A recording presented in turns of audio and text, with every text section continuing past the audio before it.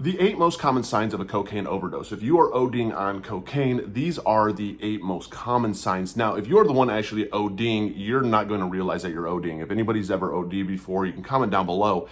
You just know that you're really, really high. Something's probably wrong, but you're so high that you don't care. This is more for anybody who is around somebody who goes, hey, maybe this person is ODing, to be aware of what these signs are. If you're new to the channel, hit the like and subscribe button. The first one is chest pain and pressure. That is the first sign that you're going in an overdose of cocaine. Yes, you can OD on cocaine. People do not realize that. It's not talked about a lot. That's why I felt it was really important to share on this. It's something that I've done before in the past. And one of the big ones is cocaine is the main reason any drug out there that somebody ends up in an emergency room is because of chest pain, because of chest pressure, because one of the ways that cocaine will kill you is you end up having a heart attack. It can be signs because of that chest pain and pressure of a heart attack, but you will have a lot of pain going on and you'll have a lot of pressure, and it feels like a full chest pressure is one of the first signs that you could be having a cocaine overdose. The second one, rapid or irregular heartbeat. So you feel that fluttering in your chest. And usually like when this happens, you even feel the fluttering going up into your throat. And now the unfortunate thing is when these OD signs are potentially happening, you'll hear the person complaining about it, but you don't feel what they're feeling. You don't feel that rapid heart rate unless you do actually check their pulse. But let's face it, if somebody's ODing, everybody's high at that point, and everybody's using, and that's the unfortunate thing about it. I will say, if you are really truly worried that somebody is ODing, call 911. Just call 911. You're really afraid, at least get them the help that they need and bug out of the situation. Regardless, at least save somebody's life. That's the most important thing. But they will have a regular heartbeat. They're going to have a lot of chest pain and pressure. So they're going to be complaining about that, even though they are high as fuck. The third sign is that somebody is going into an overdose is extreme anxiety and agitation. I never experienced this one, and so it kind of threw me off that this was actually a common sign of cocaine overdose.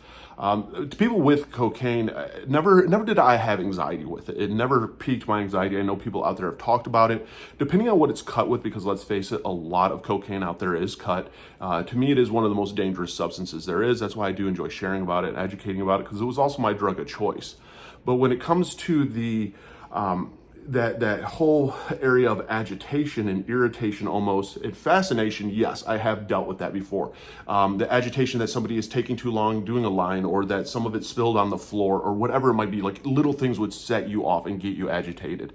The next sign that somebody could be ODing on cocaine is elevated body temperature. Elevated body temperature also is a sign of OD in a lot of different substances out there, such as like MDMA. People don't realize that if you have elevated body temperature, and you actually can die from hypothermia. One of the ways that people do actually die from like MDMA, for example, is hypothermia. Your body temperature raises, you end up cooking yourself. That is one of the signs of an OD on cocaine. That is why when you do see people who are using a lot of cocaine, you'll notice that they are constantly sweating and they're just dripping sweat. You also have the dry mouth, so they're trying to chug water. But that excessive temperature, when it gets too much, you're going to start blacking out. And this leads to the next common sign of an overdose, which is severe headache. Severe headache is the next common sign of an overdose, and you will know this, and anybody who has done drugs will know that if we are high and we experience something like a headache or something that's ruining our high, we will start to bitch and complain about it. So if you are around somebody who is just like, knows that they have a massive headache, they're thinking that maybe if they do some more, it'll get rid of it, or they're even asking for like Tylenol or whatever, or trying to drink water.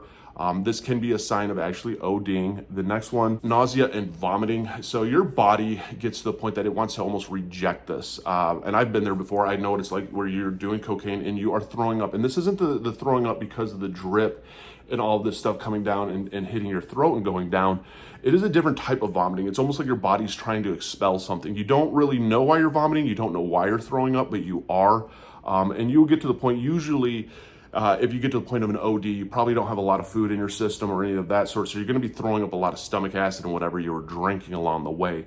But you will end up vomiting because your body is like trying to expel all this crap. The next common sign is the confusion and just the delirium. And delirium is real. The easiest way I could explain delirium for me was it looked like everybody's heads were bigger than what they were. They had kind of like these big, their eyes were bigger than what they should have been and rounder, like the jiggly eyes almost, and that their heads almost could float away. I just remember like looking at everything and like, this is not right. It was like a coloring book, Willy Wonka bullshit going on and going, something is wrong here.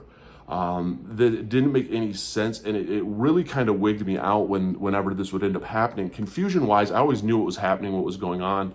Unfortunately, I'd go back to kind of using, thinking that it will help me push through it, and to the point that I had to take a break, essentially, and kind of let it pass. But over 30,000 people a year do die from cocaine, and that's one of the things that people don't realize. And even more people die from it than that, because you have the fentanyl overdoses now. You also have the people that go from cocaine, that they went to a different drug all of a sudden, and now they're crack addicts, or now they're meth addicts, seeking this high in a cheaper form. And that's why I think it's really important to share and to educate, because the more that we educate, an addict is going to be an addict until they want to get sober, and nobody's going to help them. They're going to have to help themselves. But for family members, for friends, for people in their lives to at least learn about it, to realize that, hey, this is what's going on with this person, to set healthy boundaries is important and key. And who knows, maybe I know a lot of addicts out there have watched my videos and they're like, dude, I relate to it, I've experienced it. Maybe it's a sign. Maybe it is a sign to get sober, because we've all been there before, where we're sobbing and we're still using, just begging God to help us get sober. If you haven't hit the like and subscribe button, hit the like and subscribe button, comment down below. The more that we share, our experiences, the more that it helps everyone know that they're not alone. Helps people know that it can get better, that it will get better, to hear success stories, to see people actually get sober and clean up their lives, because it's hard. When you first get sober, like, your life gets worse. So to see people that have been sober for a while and their life actually get better, you're like, okay, it is worth it. It's worth that hell that I'm going to go through of trying to get sober, because the end result is so much better than what I could have ever imagined. And I can say for me that's the truth. I went through a couple years of sobriety that I hated sobriety. It wasn't my thing. I still stayed sober, but at a certain point, the life finally did this 180 and started becoming really amazing again. And that to me is what makes it worth it to get sober, to have this opportunity, especially to have the life that I have now, is what it's all about. So for the one out there struggling, the one out there going through it, don't give up. Find what works for you. Inpatient rehab, outpatient, treatment centers, therapy, therapists, AA, NA, medication, whatever it might be, any parts of it might be, because there is no right or wrong way to get sober. Comment down below and know this, that you got it. It's one day at a time, and I believe in you.